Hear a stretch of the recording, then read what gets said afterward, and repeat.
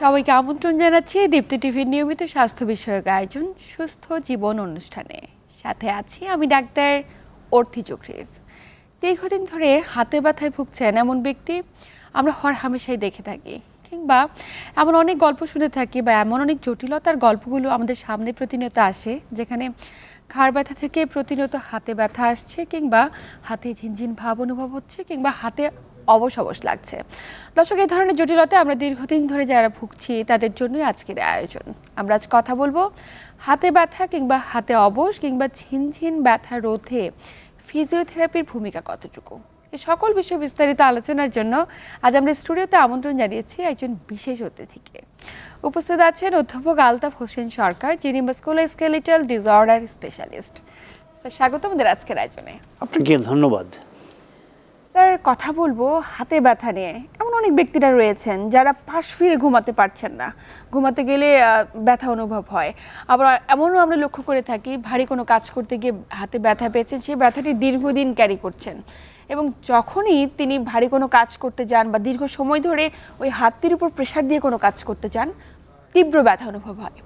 এই সমস্ত ব্যথা রোধে আসলে ফিজিওথেরাপির ভূমিকা কতটুকু, এই বিষয়টি জানবো। কিন্তু ব্যথাগুলো আসলে কি কারণে, মানে ব্যথাগুলো কারণটা খুব সহজ। অর্থাৎ কোনো কিছু ব্যথা হয় ওই স্ট্রাকচারে চাপ দিলে, তাহলে কারণটা হয়। তাহলে কোন স্ট্রাকচার? নার্ভের উপরে চাপ পড়ে। কিভাবে হয়? একটা হলো যে নার্ভের উপরে চাপ পড়ে যদি ডিস্ক প্রবলেম হয়। একটা এখানে কারণ থাকতে পারে যে নার্ভের উপরে চাপ পড়ে যদি ফ্যাসি জয়েন্টে প্রবলেম হয়।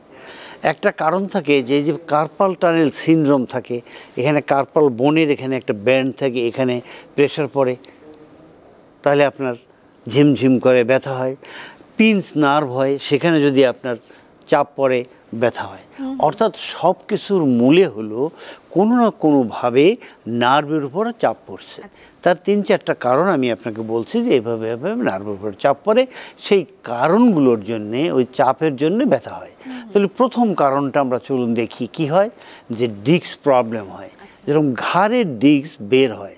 ঘাড়ের ডিস্ক নিচের দিকে যত বের হবে, হাতের নিচে তত ব্যথা আসবে।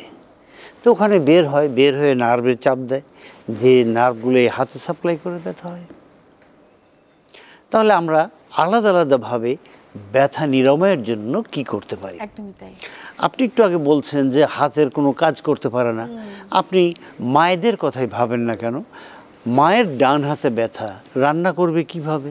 একদম, আমরা খুব প্রচলিত একটি জটিলতা আমরা প্রায় শুনে থাকি, প্রায় হয়ে থাকে। তাহলে মা রান্না করবে, মা পাতিলটা ধরবে, রান্নাঘরের কাজ করবে। মায়ের কত কাজ, হাজারোটা কাজ। মাকে যদি বলা হয় মা তুমি কাজ করো না, তো একটু রেস্ট নাও, বলে রেস্ট তো তোরা বলতেই পারিস, কিন্তু আমার তো হাজারো কাজ।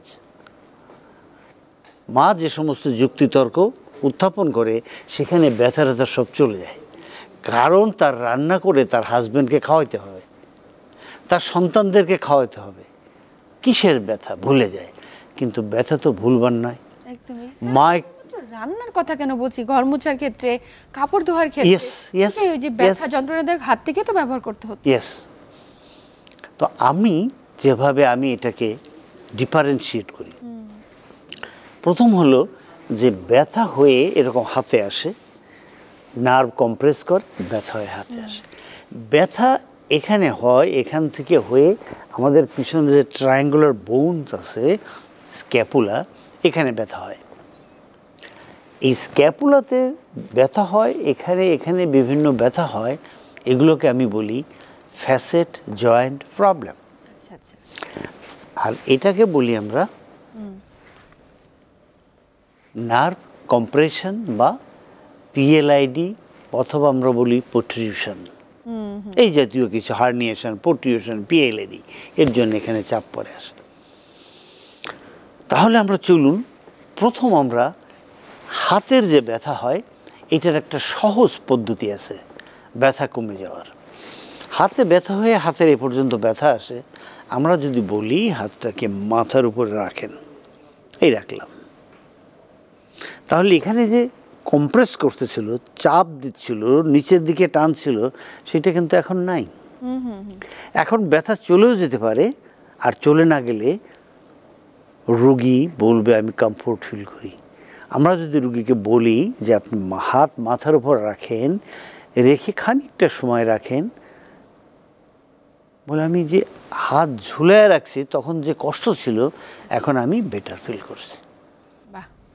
তাহলে আপনার ব্যথা কোথায়? ব্যথা হলো আপনার ডান দিকে। আপনি আস্তে করে এরকম রেখে মুখটাকে বাম দিকে সরান, বলে আগের চেয়েও বেটার। তাহলে আবার আগে আসেন,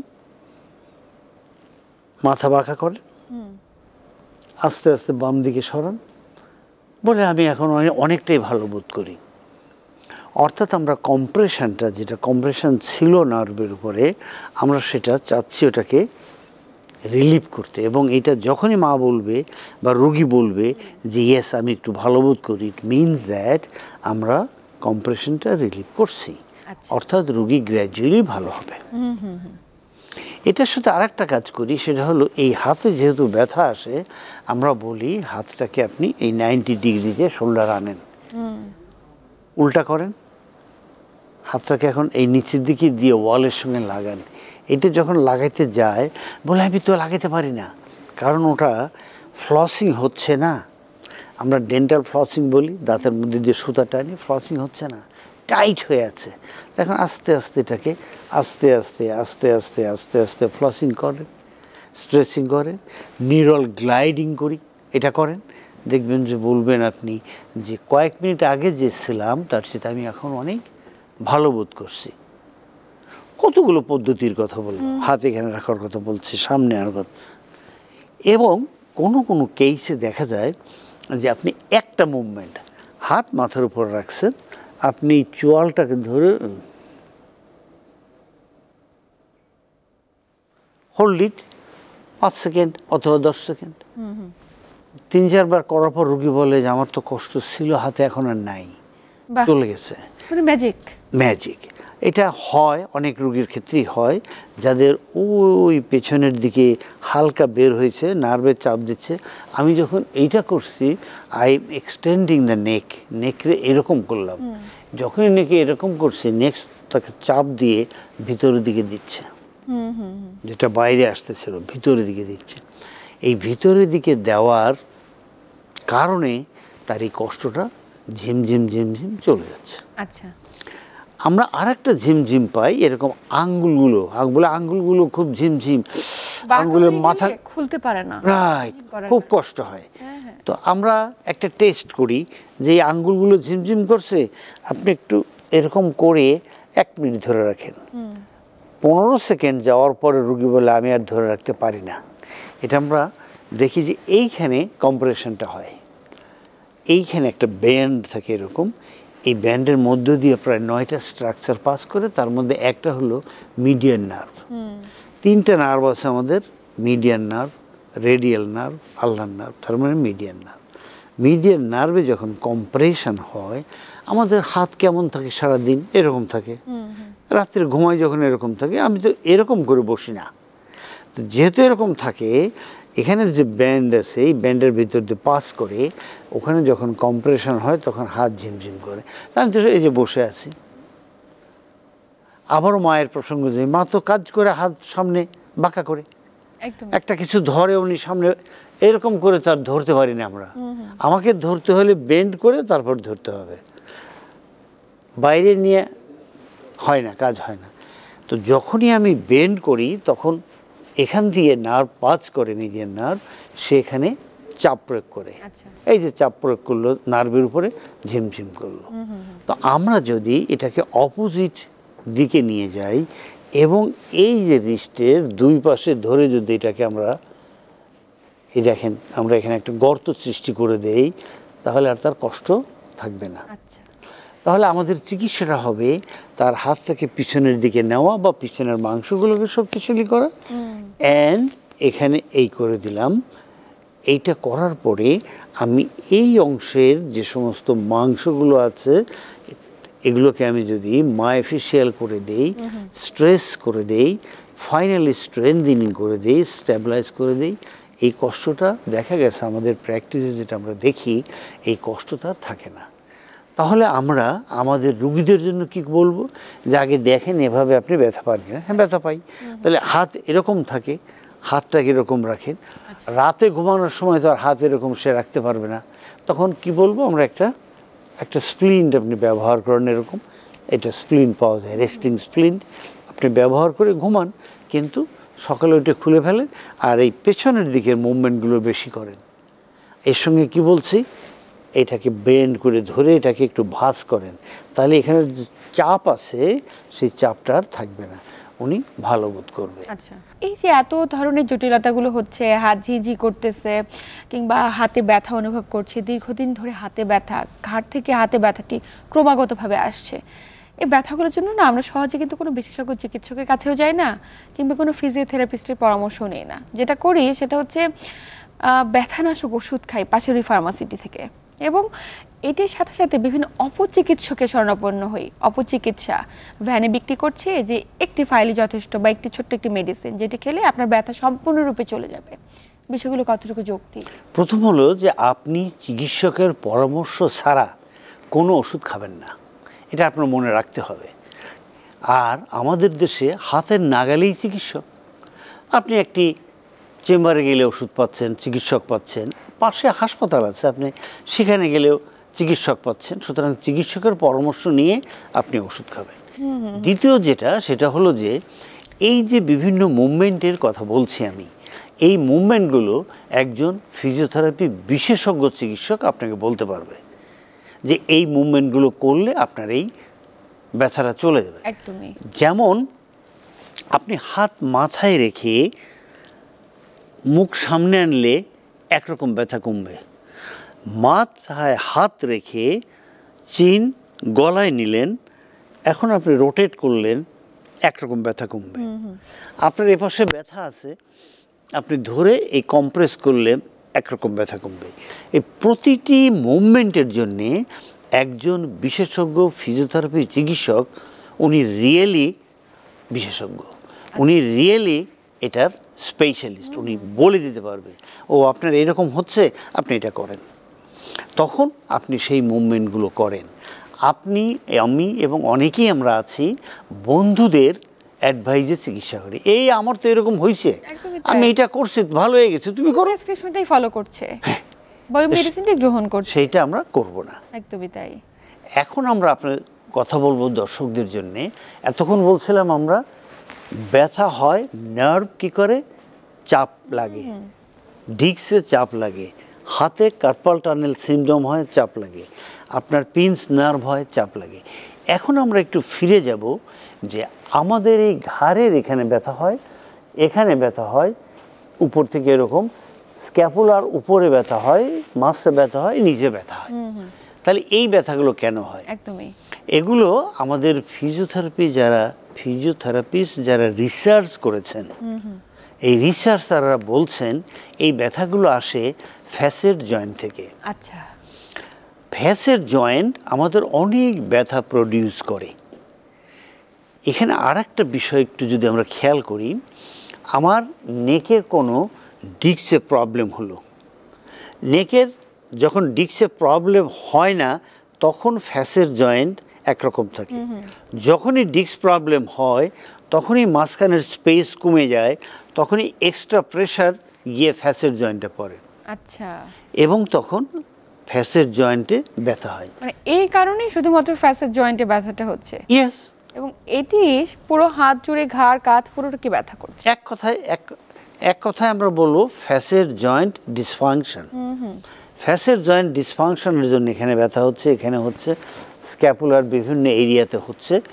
এইগুলো আমরা কিভাবে চিকিৎসা করব? নিশ্চয়ই জানাটা খুবই জরুরি। অনেক সমস্যা। প্রথম হলো যে আমরা ধরে নিই আপনার ডান এই স্ক্যাপুলার আপার পার্টে প্রবলেম, এই পার্টটা সাপ্লাই করে C4 এখানে। তাহলে C4 বা C5 যদি সাপ্লাই করে, আমরা কি করি, যেটা আমি করি সেটা হলো রুগীকে বলি এই চিনটাকে হালকা করে আস্তে আস্তে গলায় নেন, আস্তে, নর্মাল গলায় নিলাম, নেওয়ার পরে আপনি এটাকে একটু রোটেট করেন অপোজিট দিকে, রোটেট করলাম আর যায় না, হোল্ড ইট দেয়ার, অ্যান্ড আপনি উপরে তাকিয়ে এটাকে এক্সটেন্ড করেন, মিড লেভেল এক্সটেন্ড করলাম, and hold it for 5 seconds. আচ্ছা, তারপর আবার নিয়ে আসলেন, নিলেন, ওখানে গেলেন।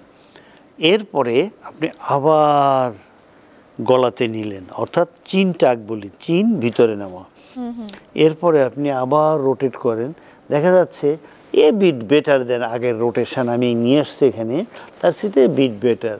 আমি এখন উপরে তাকিয়ে 7 সেকেন্ড, 5 সেকেন্ড ছিলাম, এখন 2 সেকেন্ড বাড়িয়ে আমি মনে মনে গুনলাম 1001 থেকে 1007, 7 সেকেন্ড হোল্ড করলাম, করার পরে আমি আনলাম। এবার কমপক্ষে 5 বার আপনি করেন, দেখবেন যে আপনার এই C4 লেভেলের কষ্ট চলে গেছে। আচ্ছা, যদি C4 লেভেলের কষ্ট না যায়, যদি না যায়, যাবে প্রমাণিত ইনশাআল্লাহ, যদি না যায় তাহলে ঠিক এটা করে মুভমেন্টটা করে 1 2 3 4, এই 4কে আপনি হোল্ড ইট অ্যান্ড মোবিলাইজ করেন, এইভাবে ধরে রেখে মোবিলাইজ করেন। আপনি একটু মৃদু মৃদু ব্যথা পাবেন, ভালো লাগবে, সবচেয়ে বেশি ভালো লাগবে আপনি যখন আগের জায়গায় ফিরে আসছেন তখন আর এই C4 কষ্ট নাই। আচ্ছা, বাহ। বা 1 বার 2 বার সময় লাগতে পারে, বাট একটা মুভমেন্টই হয় যদি আপনি ভালোভাবে এটাকে মোবিলাইজ করতে পারেন। বিশেষ করে আমাদের হাতে বা আমার হাতে আমরা যে মোবিলাইজেশন করি তাতে রুগীদের ভালো বোধ করে। এখানে আমরা একটু কনফিউজ থাকি চিকিৎসার ব্যাপারে, যে আমার তো স্ক্যাপুলার এই মিড স্ক্যাপুলাতে ব্যথা হচ্ছে, তাহলে আমি চিকিৎসা কী করব? আচ্ছা, মিড স্ক্যাপুলাতে ব্যথা, অধিকাংশ ব্যথা হয় C5 C6 প্রবলেমের জন্য। C5 C6 কোথায়? C5 C6 ফ্যাসের জয়েন্ট, এই ফ্যাসের জয়েন্টের এখানে C5 C6 মানে C5 ভার্টিব্রা C6 ভার্টিব্রা এক জায়গা হয়ে যে ফ্যাসের জয়েন্টটা তৈরি করে সেখানে গিয়ে আপনার কষ্ট তৈরি হয়, ওখান থেকে ব্যথাটা এখানে আমরা বোধ করি। ইট ইজ প্রমাণিত। শুধুমাত্র আপনি মুভমেন্ট করার আগে C6-এ আপনি যান। C6-এ যাব কিভাবে? একজন সাধারণ মানুষ C6 তো চিনবে না, বাট চেনার একটা সহজ পথ আমি বলে দিই। সেটা হলো আপনি পিছনে হাত দিয়ে যে বোনটা দেখবেন উঁচু, ওইটা 7। আচ্ছা, তার এক থাম্ব উপরে 6, এক থাম্ব উপরে 5, এক থাম্ব আর আরেক থাম্বের মাঝখানে হোল্ড করলে 5-6-এর আপনি ফ্যাসের জয়েন্ট পাবেন, ফ্যাসের জয়েন্ট এরিয়া পাবেন। আপনি আগেই ফ্যাসের জয়েন্টকে ধরে রাখেন, রেখে তারপরে মুভমেন্ট করেন। এই যে নিয়ে আসলাম, আমি মুভমেন্ট করলাম, এই যে আমার এখন এখানেই ম্যাক্সিমাম মুভমেন্ট হচ্ছে যেখানে আমি স্টিমুলেট করছি। হোল্ড ইট অ্যান্ড উপরের দিকে তাকান। আমি বলি যে মিড লেভেলে উপরের দিকে তাকিয়ে মনে মনে বলেন 1001 থেকে 1007, নেক্সট মুভমেন্টে 1010, 1010, এরকম 2-3টা মুভমেন্ট করেন। মুভমেন্ট করার সময় আপনি এখানে আস্তে আস্তে আস্তে চাপ দেবেন। ইট ইজ প্রমাণিত। নিমেষের মধ্যে আপনি বলবেন যে আমার তো একটু আগে যে ব্যথা ছিল এখন সেই ব্যথা নাই। এটা নিমেষে বলে, লোকজন বলে, আমরা আমাদের প্র্যাকটিসে দেখি। তার মানে স্যার নিয়মিত রোগীরা যারা আসছে তারা আপনাদের প্রতি আস্থা রাখতে পারছে, এই সমস্ত যে এক্সারসাইজ রুলস এন্ড টুলসগুলো শিখিয়ে দিচ্ছেন এগুলোর মাধ্যমে তারা অনেক বেশি উপকৃত হচ্ছে। প্রিয় দর্শক, আলোচনার মাধ্যমে খানিকটা বুঝতে পেরেছি ঘাড় ব্যথা, হাত ব্যথা কিংবা অবশ অবশ ভাব হলে অবশ্যই সেটির জন্য একজন ফিজিওথেরাপি সেন্টারে গিয়ে জটিলতাটি কী হয়েছে শুরুতে শনাক্ত করুন কিংবা কোনো বিশেষজ্ঞ চিকিৎসকের মাধ্যমে শনাক্ত করুন। পরবর্তীতে ফিজিওথেরাপির একটি বড় ভূমিকা রয়েছে, সেই অনুযায়ী ফিজিওথেরাপি গ্রহণ করুন। এতক্ষণ সাথে থাকার জন্য সবাইকে আন্তরিক ধন্যবাদ। সবাই ভালো থাকুন, সুস্থ থাকুন।